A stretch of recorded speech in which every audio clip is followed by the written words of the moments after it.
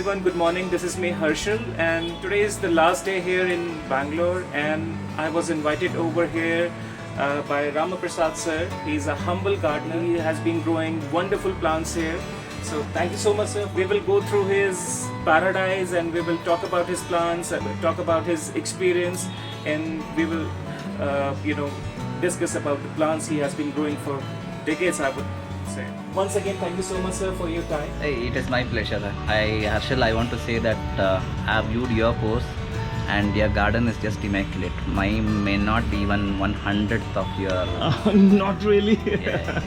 But thank you for such wonderful words, and this is the kind of motivation which helps us gardeners to do well in our garden, I would say.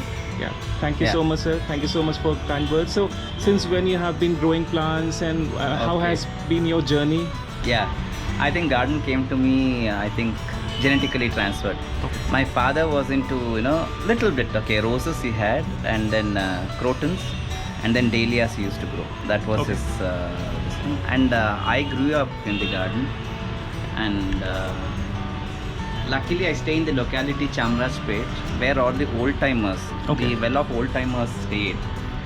And the families of Divans, the Mysore Divans, the people in the Mysore palaces, they used to stay. And they had wonderful garden. And the art deco houses lined up with 5 rows of crotons, and they had a beautiful fern house with all leaf anthuriums. So I grew up in that surrounding, and naturally what they grew always pleased me. So I ended up in having crotons, cacti and leaf anthuriums. So my first collection was actually cacti and succulents. Those people would give me a cutting and then I used to grow them. And later I switched over to leaf anthuriums. And the leaf anthuriums always gave me joy, even though my parents didn't like them because it used to take lots of space and then it used to hinder their walks. So they didn't like leaf anthuriums, but I was the one who always, even now, leaves always fascinate me than the flowers. There is something with the leaves, and I always find leaves are there throughout the year, whereas the flowers, it's only once in a while. Leaves, they carry the beauty throughout the year. So, and any new leaf, it gives me so much of energy and joy. So that is well described, and I agree with you, and I see so many variations in the leaves here. So can you tell me, what kind of plants do you have interest in growing? I love leaf anthuriums. Leaf anthuriums. Leaf anthuriums. Because leaf anthuriums, as I mentioned, the leaves are beautiful. And second thing is they're slow growing. It is only around 4 to 5 leaves a year maximum. And they're slow growing. And anything which grows fast, it requires lots of care, in my opinion. Because philodendrons I don't like that much, because they grow and then I have to keep trimming them, pruning them, and I don't have so much of time to do that. So I always like plants which grow slowly and then which are magnificent, huge. So that is how my passion for leaf anthuriums. As I mentioned, I get fascinated with leaves.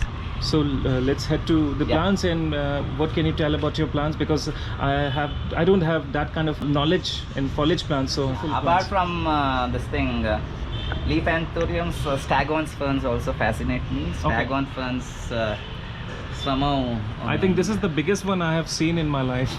This was actually imagine the size, which is 6 times bigger than this. It was that big. Unfortunately, on one of the heavy rains, it fell down, and I had to really. It was shattered, and then I had to. This is how old this would be? This is, I think, more than 35 years. More than 35 years. More than 35 years. Because I was still a student, 8th standard or so when I got this. And then later, I acquired many. There are all many varieties. In the display you can't see them. That is about the Stagon fern. That is true. Video is definitely not going to do any justice to your plants, but I'll try my best to show everyone what kind of amazing plants you have been growing here. And there's a Vichy. Any leaf anthurium collector would always love to have a Vichy. This is called the king of anthuriums. In Vichy there are several forms. This the people refer it to as narrow form, because the number of ribs are higher compared to this. Is one more variant where the number of ribs, the scales, is much lesser compared to this. So this is one of the dream plants, which any leaf anthurium collector would like to have. Unfortunately, due to wind, and in leaf anthuriums, The tender leaves are very sensitive. Even if you water with hose, that jet can tear the leaves away. Yeah. And because of heavy winds, all my leaves are tearing up. Because this is not an enclosed greenhouse, it's an open greenhouse. And why I recommend open greenhouses is pollination is possible in open greenhouses. I noticed that when it is enclosed, the pollination is not effective. Okay. And only when it is open, I find that the pollination is effective. So I always tend to have only the top is covered because heavy rains were damaging some of my plants. So yeah, this is the Vichii. In Vichii there are several forms, 1, 2, and this is one more form. This is the Indian version, called Anthurium Vichii. Okay. And then one more plant, okay, which has become a rarity now. During my school days, this was not a rare plant then. I have propagated hundreds of them in seeds and then have given to all over. This is called Anthurium Philodendron. Wow. Anthurium Philodendron. Now people are talking, it's not available even international markets also. I don't find any importers importing this. Okay. And this luckily, when I was in 97, I had made almost around 60 plants out of this and given to many because it was in abundance with me. Okay. And now it is not seen at all. So, and this huge fellow is called Anthurium lazarus. This is again, the one with the big leaves? Okay. Pollination is very difficult. Pollination is difficult, doesn't happen. It has to be with the node propagation only. A monster, but magnificent. It's not an Anthurium, but underrated plant. This is called cyclanthus biparatus. Okay. And in cyclanthus biparatus, there are several varieties I have on the other side. This also is known for its beauty. Those days in Lal Bagh, they didn't know the ID of it, so these were classified under rare foliages. Where the IDs were not known, they used to put under rare foliages. Okay. Yeah. And then this again popularity. This is called Anthurium subsignatum. Some people call it subsignatum versus crystallinum. Okay. This goes back to my childhood memories. Every house in Bangalore, a fern house would have this. People used to call this as, the Malis used to refer this as langot because this is in the shape of a langot. So they used to refer this as langot. The beauty in this plant is, it gets many flowers, but it doesn't get pollinated at all. It gives berries, but there'll be no, it is a pseudo this thing. So inside there'll be no seed at all. It sounds like gardening comes to you from your forefathers? No, only my father, I think. My forefathers were very, and they were very lower middle class.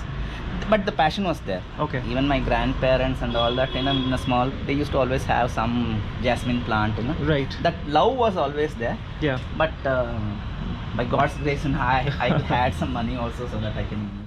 This is called Anthurium varrochianum. This is referred to as Anthurium queen. Yeah. The most, throughout This is the a year. huge leaf. Yeah. See here, this is the first time I'm getting this long leaf. Okay. That is because of the humidity. Since I moved to a new location and the humidity is relatively high because I've got foggers here. And the moment I switched on this foggers, the new ecosystem, you see the size of the leaf. I'll show you one more also. This is called Anthurium wendlingeri.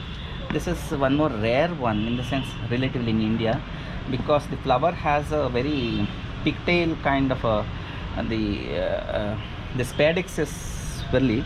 You see, without the humidity, this was the leaf size, and the moment I provided the humidity, you see the leaf size. It has become almost double or 3 times more.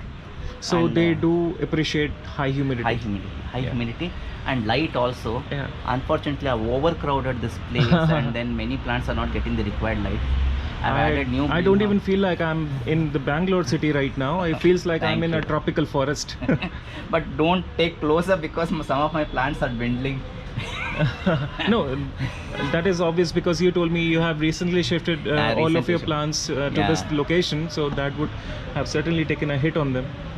And then here again there are some very nice leaf anthuriums. This is called Anthurium Red Beauty they call. But okay, there are some finer subtle differences between many varieties. You see the leaf of it is almost red, straight fungicide. So it does Red Beauty. And see here, this is one more Stagon. This is Anthurium. This is so beautiful. Oh yeah, unfortunately it is. And here is one more which is again beautiful. Okay, there are some hidden beauties all over. And you see, when I say leaf size, see this is see the beauty of this leaf. It is so beautiful. Yeah. This shape, and this is what leaf anthuriums are all about. See this, it's so beautiful. I've already started to liking them. This is again one more hybrid which my friend Amai Bide sent it to me, and it is his hybrid. It's grown beautifully, and yeah, in philodendrons I like couple of them. This is the philodendron melanochrysum. Okay. As I mentioned, the leaves always fascinate me, and not just the small leaves, big leaves fascinate me. So the leaves have to be monstrous for me. Leaves are definitely huge. Yeah, I like the huge leaves. This is Philodendron spiritus sancti. Okay. Those days, couple of years ago, these plants were we could only dream of in India. But Okay. now with this tissue culture and then many importers, Yeah. some of the dreams are getting realized. See, nowadays with tissue culture, you are getting plants in hundreds. Yeah. The challenge is how you grow them. You can buy them with Yeah. money. You can buy them all, but the way you grow is your passion. Right. As I mentioned, the challenge is in growing, Yeah. not just having. Just having, you buy, you can have. And one more plant which I want to show you is Philodendron Patricia. Philodendron petrici. Okay. You see the way it has grown. Yeah. You can feel that, okay, she is happy here. It's nice. It is definitely appreciating your care, love. Perhaps expecting more also.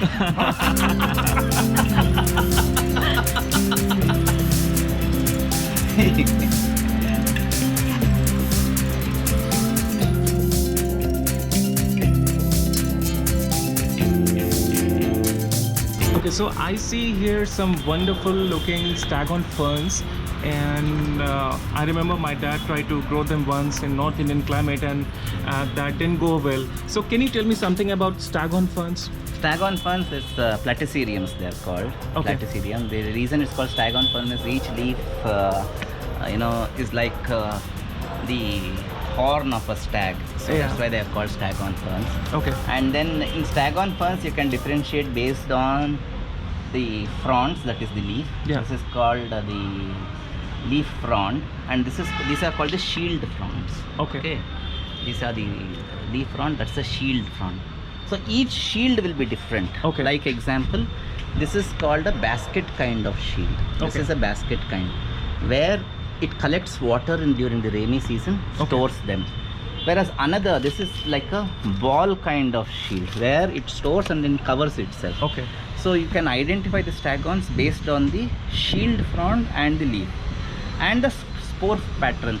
I'll show you the spores.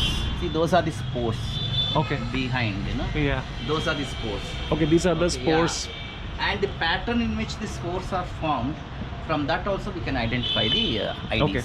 So what are the requirements of Stagon ferns and how old they can grow? I mean, for Stagon ferns, okay, I see in media in Australia, huge massive ones, they can grow very massive. okay.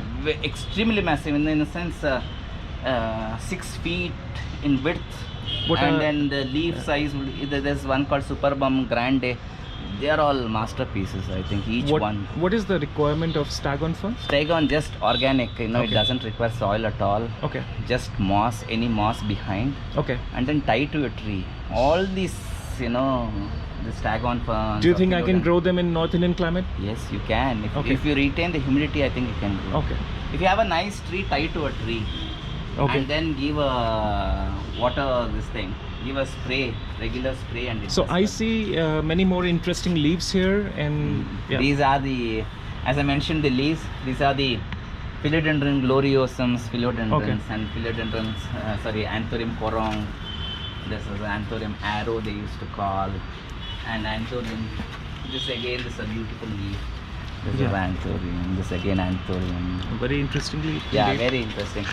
As I mentioned, this is Anthurium Balakrishna. This, I think I have propagated more than around 100 plants of this. Okay. they're nice. You know, the leaf formation is nice. Definitely. I see something interesting here. Yeah. This is Anthurium superbum. Anthurium superbum. Okay. Anthurium superbum. Anthurium superbum.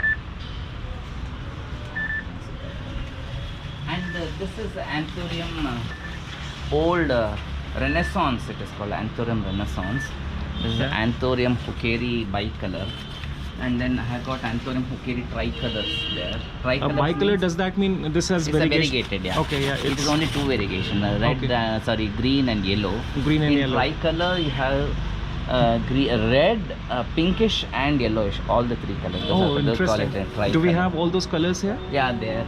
Okay, thank you so much for taking me around your greenhouse, and it has been a wonderful experience for me to walk through all your wonderful plants. They are just amazing. My and growing apologies, very well. plants are in not good shape.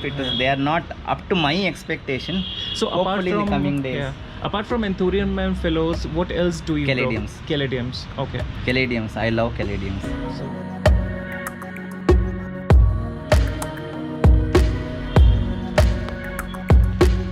I see these are your propagation boxes, and Yes. you have been growing Anthuriums and Philodendrons from seeds as well. So Anthuriums are grown by seeds. Okay. So how does that work? I mean, how do you produce the seeds? Do you produce your own seeds, or do you buy them? Yeah, no. I produce my own seeds. Okay. Early morning, I am an early bird. I get up at 4:30. Okay. And then I have a habit of stoking all the spadix part with the pollens. Okay. And I collect pollens, and then I tend to.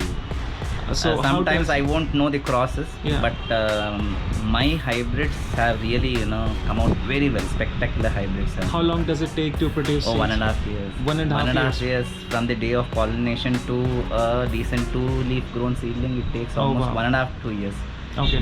Sometimes like Anthurium photophyllum, the seed formation itself takes almost 12 to 14 months. Okay. Just after pollination, the seeds takes 14 So months. that is definitely it's a long process. And here I propagate by node cuttings. Okay. The easy way I have noticed to propagate is use sphagnum moss. Okay. And then just use sphagnum moss and then put it in these boxes, Okay. which are now available in IKEA, I think. And they are nice. It retains humidity. And this is called Anthurium pinkley, which it has come from node. And the thing is, okay, when you take from the propagation boxes out, you have to, the transformation has to be gradual. You cannot just take this from here and then directly expose. Yeah. It has to be gradual.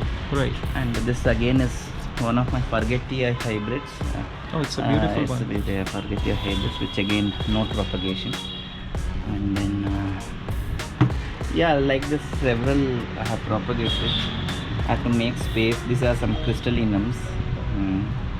There are many varieties. They are just shining like they have glitter. In Anthurium, these are called velvety leaves. Okay. The beauty in velvety leaf, you have to appreciate both the forward, the sheen, what you see, and the reverse also. They sheen in the reverse also. The reverse also is beautiful actually. Okay.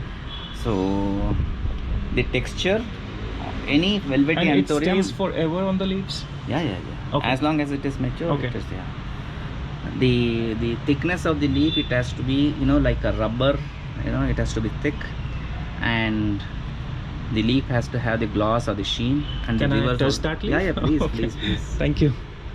Oh wow. Okay, now it is not mature. Otherwise, the leaf has to be thick and velvety. Yeah. The problem what I have noticed in Anthurium is the tip rot. This tip rot is one big problem. The tip tends to rot. Okay. So what I always, when I cut the leaves, I never cut the leaves here. The aged leaves I never cut below. I cut the leaf here itself. Okay. So that this portion stays with the plant for some more time and naturally dries out. Right. If I cut here, what happens? The rot, the infection has a smaller path to attack the tip. So I don't cut here. I usually cut on the top. That is one of the things what I have noticed over the years. Right. And many people who are the gardeners, they have a habit of trimming all the semi-yellowed leaf. They tuck, they cut. That is the time when the plant tends to get rot and infected. So, because your watering will be the same and the number of leaves you would have cut down. So, there has to be a balance. And then for a plant to really do well, the lighting where you place, the humidity, they all matter. So what I noticed is you have to keep observing where the plant does well. Yeah, that is true. That is so important. Yeah. You have to be with your plants every day. And how much time do you spend with your plants? 2 hours every day. Okay. I'm sure it would be more. Yeah, 2 hours is for watering itself, it takes 2 hours. But Yeah. the problem is I water them when it is quite dark. So Yeah. I've not been in a position to appreciate. Yeah. Only when you enthusiasts come over and then I see the plant in depth. Otherwise, yeah.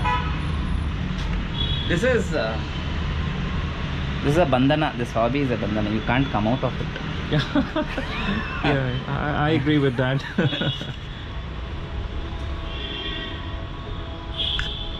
So can you tell me something about this interesting looking plant? This is called Anthurium hookeri. Okay. This is Anthurium hookeri. Okay, now it has become quite common because people are propagate. I myself have propagated thousands of plants by seeds. Yeah. But one of the most beautiful leaf formation here, it is sunny, that is why it is not doing that well. Yeah. Otherwise, people who wants to landscape in shade, especially when there are lots of trees and when you want to have a landscape, these hookeries are the best. The way the leaves fall, magnificent leaves, and so is this. This is called Lazarus. Okay. This is also most beautiful massive leaves, and this is one more. This is called Fausto Mirande. Okay. This is also massive leaves. This is very difficult to pollinate. Doesn't get pollinated that easily. But hookeries can be pollinated and then propagated very easily. Okay. So those are the hookeries. To get that size, that plant is almost 40 years old. Oh really? Yeah. It was like a tree. It was almost around 6 feet in height. So when I had to shift from one place to another, I had to chop the bark. Otherwise, it was like almost like a tree. It had grown.